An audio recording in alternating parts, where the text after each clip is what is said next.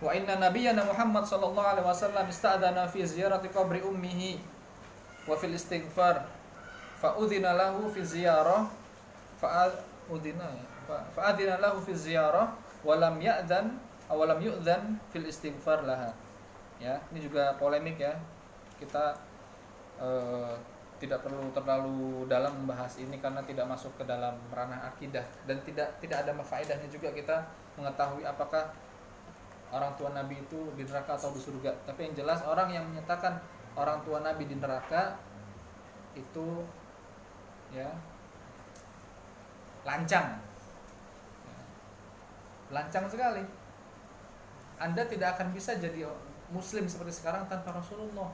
Tapi kenapa ketika ya Anda sudah menjadi muslim yang enak, yang nikmat, yang penuh dengan bahagia lalu bilang orang tua Nabi di neraka? Itu suul adab sekali ya sama Rasulullah ya. Enggak ngaji hadis lama dia. Ya.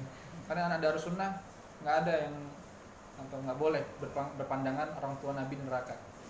Tapi entar kalau antum melewat pembacaannya dalam Sahih Muslim, ya jangan kaget kalau ada memang hadisnya sahih. Ya, ini saya bahas sedikit. Ya, dalam riwayat Imam Muslim, ya Rasulullah pernah ditanya oleh seorang sahabat, "Ya Rasulullah, aina abi?" Bapaknya udah meninggal, tapi dia tanya, "Bapakku ada di mana?" Ya, kata sahabat itu. Nih, dengerin yang kelas 2 juga nih, biar paham. Nanti kalau ada orang yang bilang orang tua Nabi di neraka, kita jawabnya seperti apa? Aina abi? Apa kata Rasulullah? Finnar. Langsung dijawab. Karena apa? Rasulullah itu punya akses untuk mencapai hal-hal gaib, hal-hal yang tidak bisa dicapai oleh manusia. Nah, ketika kata-kata finnar muncul, tentu itu spontan dari Allah, ilhamkan, lalu bicarakan langsung finnar. Ya, fakofa, orang tersebut apa? Faltafata gitu ya, berpaling. Lalu orang tersebut kayak sedih gitu ya. Ibaratnya gimana sih kita nanya gitu kan? Ya Rasulullah, kita kan sayang tentunya dengan orang tua kita. Tanya, orang tua saya sekarang ada di mana? Di neraka. Sedih. Ya tentu sahabat tersebut sedih. Nah, tapi itulah kebenaran. Rasulullah bilang finnar, bapakmu di neraka. Tapi apa? Timbul rasa apa? Ra'fah. Ya.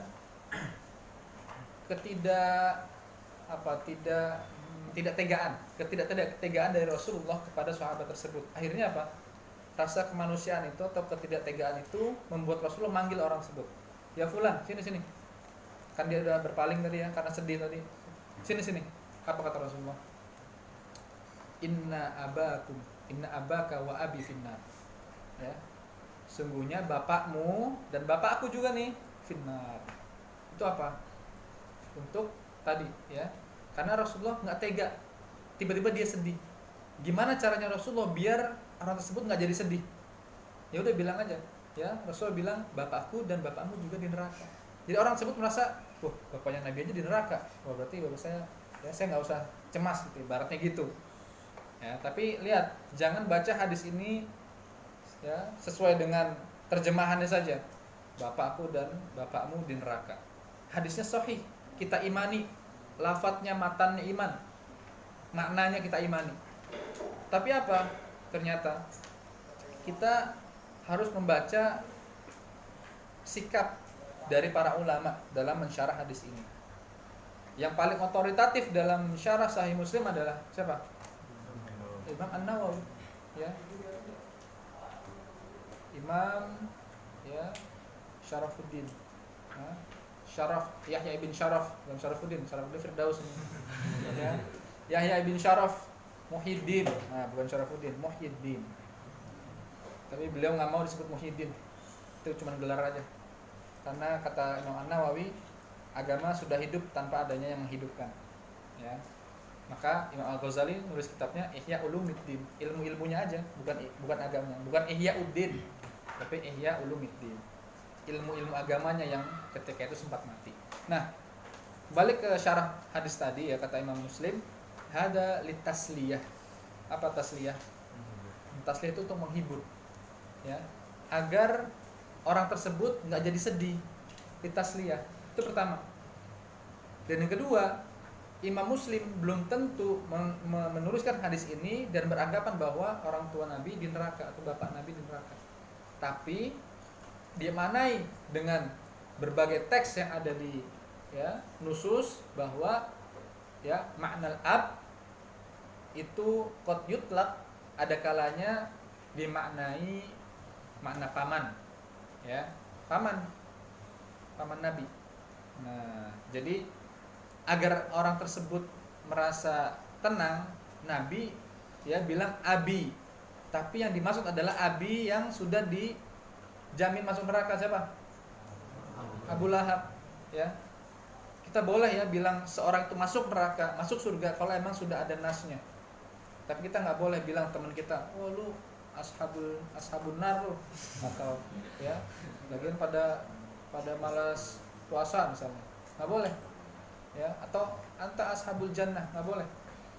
Kita nggak bisa memvonis seseorang ashabun nar atau ashabul jannah kecuali ada teks-teks nusus yang mana datang dari Allah dan Rasulnya.